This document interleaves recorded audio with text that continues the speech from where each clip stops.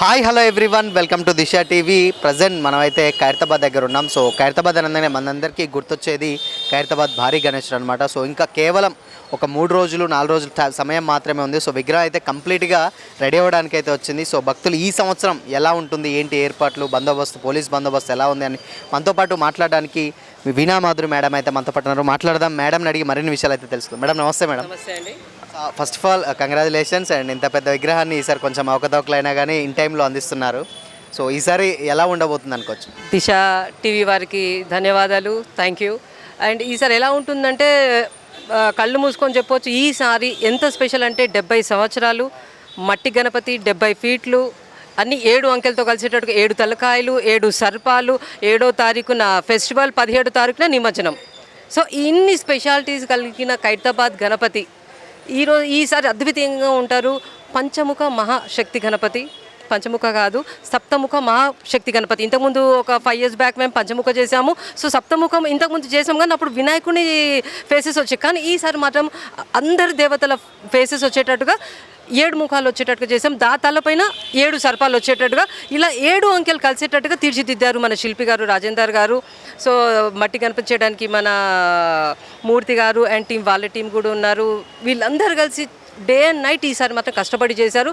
ఏం అవకతవకలు ఉన్న గణపతి విఘ్నేశ్వరుడు అండ్ విఘ్నాలను తొలగించుకుంటూ ఆయన హైట్ను పెంచుకుంటూ అద్వితీయంగా కొలువు తీరాడు ఖైరతాబాద్లో. భక్తులందరికీ నా రిక్వెస్ట్ ఏంటంటే ఈసారి దర్శనానికి రావాలి, మీ కోరికలు తీరాలని భగవంతుని మొక్కుకొని ప్రతి ఒక్కరు లైన్లో వచ్చి తీర్థ ప్రసాదాలు తీసుకొని భగవంతుని ఆశీస్సులు తీసుకోవాలని నా రిక్వెస్ట్ అండి. మేడం ఇంకోటి ఏంటంటే, అంటే ఎవ్రీ ఒక్కొక్క ఇయర్ ఒక్కొక్క స్పెషాలిటీ ఉంటుంది.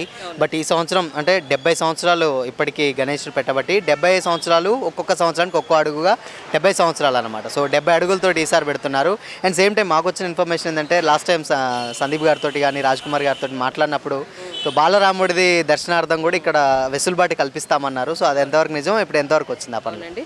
పోయిన సంవత్సరం వరకు 69 సంవత్సరాలండి. 69 సంవత్సరాలు వచ్చే వరకు 63 ఫీట్లే చేశాము. సో హైట్ పెంచాలంటే వెడల్పులో పెంచాల్సి వస్తుంది. మనం వెడల్పులో పెంచాలంటే మన రోడ్లు సహకరించాలి. సో ఏం చేశామంటే ఈసారి 70 సంవత్సరాలు మనకు ఒక చరిత్ర ఉండాలి అన్న ఉద్దేశంతో మా నాన్నగారు కూడా ఉన్నప్పుడు అనేవారు, అరే 70 సంవత్సరాలు ఎలా ఉంటుందో అనే సుదర్శన్ గారు. సో 60 సంవత్సరాలకు షష్టి పూర్తి చేశాం. 60 ఫీట్ల కన్నా ఎక్కువ చేయదు రోడ్ల ఇది అని చెప్పేసి తగ్గించుకుంటూ వచ్చాం. మళ్ళీ బస్సీవాసులు అందరూ అన్న తర్వాత లేదు మన షానే మనకు హైదరాబాద్కి ఈ హైట్ కదా అంత తగ్గిస్తే బాగుండదు అని చెప్పేసి మళ్ళీ పెంచుకుంటూ వచ్చి పోయిన సంవత్సరం వరకు 63 ఫీట్లు వచ్చింది. ఈ సంవత్సరం వచ్చే వరకు 64 చేయలేము. సో 70 సంవత్సరాలు కాబట్టి 70 ఫీట్లు చేస్తే చాలా బాగుంటుందన్న థీమ్తో అలా ముందడుగు వేసాము. అదొక స్పెషాలిటీ అండి మన ఖైరతాబాద్లో మాత్రము.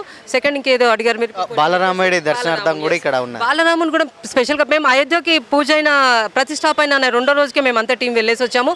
అద్వితీయంగా ఉన్నారండి. దేవుడి మొహం చూస్తూ ఉంటే మనకు జరగబుద్ధి కాదు. అక్కడ సెక్యూరిటీ వాళ్ళు త్వరగా జరిపేస్తుంటారు, కానీ అసలు జరగడానికి ఇష్టం పడదు.